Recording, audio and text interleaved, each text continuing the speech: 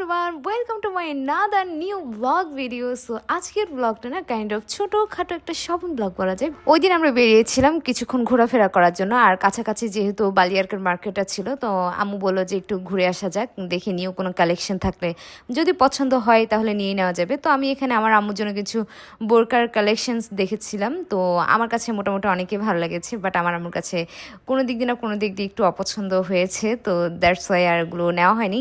আর এখানে আবার আমার আম্মু কিছু রেডি হিজাব দেখছিল, তো আমার ছোটো বোন আবার আমার আম্মুর জন্য এখানে পছন্দ করছিল, প্রাইস ট্যাগ দেখিয়ে বলছিল যে দেখো না আপু, এটা বলে এত টাকা। তো এই যে আমি এখানে আমার আম্মু আমাকে হিজাব পরিয়ে দেখছিল, সব কিছু আমার উপর দিয়ে ট্রাই করাবে আমি যদি মার্কেটে যাই। এগুলো হচ্ছে রেডি হিজাব আমার আম্মুর জন্য দেখছিলাম। তারপর এই যে আমার ছোটো বোন, ও তো যেখানেই যাবে ওর কার্গো প্যান্টস দেখবে। তারপর আমরা ঘোরাফেরা শেষ করে নেমে যাই আর চলে আসি কেয়ারিতে। আর কেয়ারিতে এসে এই যে হুডিগুলো দেখছিলাম, বাট ওই দিন হুডি নেওয়ার ইচ্ছে ছিল না বলে আমিও এত গুরুত্ব দিইনি। তারপর আমরা বেরিয়ে পড়ে আর যাওয়ার সময় দেখি যে এত সুন্দর স্ট্রিট ফুড, এখানে বসে বসে ঝালমুড়ি মাখা ছিল। আর আমি তো দেখে ও মাই গড, আমি দেখবো স্ট্রিট ফুড আর খাবো না, সেটা তো ইম্পসিবল। আমি জানি অনেক সময় এটা খুবই আনহাইজেনিক হয়, বাট কি করব, আমি ফুডি, আমি যেখানে দেখি স্ট্রিট ফুড হোক রেস্টুরেন্ট হোক আমাকে খেতেই হবে। আর আই লাভ ঝালমুড়ি, বেশি করে স্পাইসি দিয়ে, বেশি করে মশলা দিয়ে। ও মাই গড, এটা যে কি পরিমাণে মজাদার খেতে।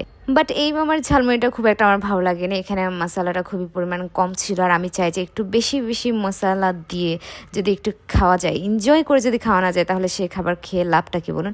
এরপর আমরা আবার অন্য একটা শপিং কমপ্লেক্সে চলে আসি। আর এখানে এসে এই ড্রেসগুলো আমাদের পছন্দ হয়, সবারই পছন্দ হয়। আর আমার আম্মু এগুলো টেকসই আছে কিনা সেলাইগুলো ভালো করে চেক করে নিচ্ছিল। আর আম্মু নেওয়ার আগে সব কিছু চেক করে নেয়, যাতে আবার সেকেন্ডবার যেতে না হয়, কারণ সময়েরও অপচয়। দেন আমি এখানে বসে বসে বাধ্য মেয়ের মতো দেখছিলাম যে আমার আর কোনো কাজ নেই, সারাদিন প্রচুর ঘুরেছি। আর আমরা ভাবলাম যে কি যাক, অবশেষে তো কিছু একটা নেওয়া হলো। তারপর বেরিয়ে পড়ি, এরপর চলে যায় কুটুম বাড়ি। আর এখানে গ্রিলগুলো না আমার এত ভালো লাগে, এই কুটুম বাড়িতে আমি আসি শুধুমাত্র গ্রিলের জন্য। তো দেন খিদেও পেয়েছিল, আমরা ভাবলাম যে কুটুম বাড়িতে চলে যায়, একেবারে একটু বিকেলে নাস্তাটা করে বাসে চলে যাওয়া যাবে। তারপরে এই ছিল এদের মেনু কার্ড, আর আমি বলছিলাম যে কোনটা খাবো, যেহেতু আমার খাবারের নামগুলো মনে থাকে না।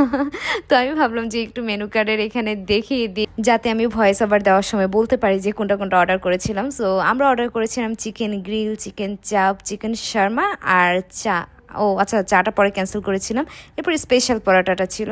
আর এই ছিল আমাদের খাবার, এটা ছিল চিকেন চাপ, আর একটু আগে যেটা দেখিয়েছি সেটা ছিল চিকেন গ্রিল, আর ছিল স্পেশাল পরোটা, আর এখানে শর্মা। তো আমরা যে যার খাবার নিয়ে ব্যস্ত। আর আমি আগেও বলেছিলাম যে কুটুম বাড়ির চিকেন গ্রিলটা হচ্ছে খুবই মানে প্রচণ্ড রকমের ভালো লাগে আমার কাছে। আমি যতবারই যাই আমি চিকেন গ্রিলটা অর্ডার করবোই করবো, আমার না এটার প্রতি কোনো অরুচি আসে না।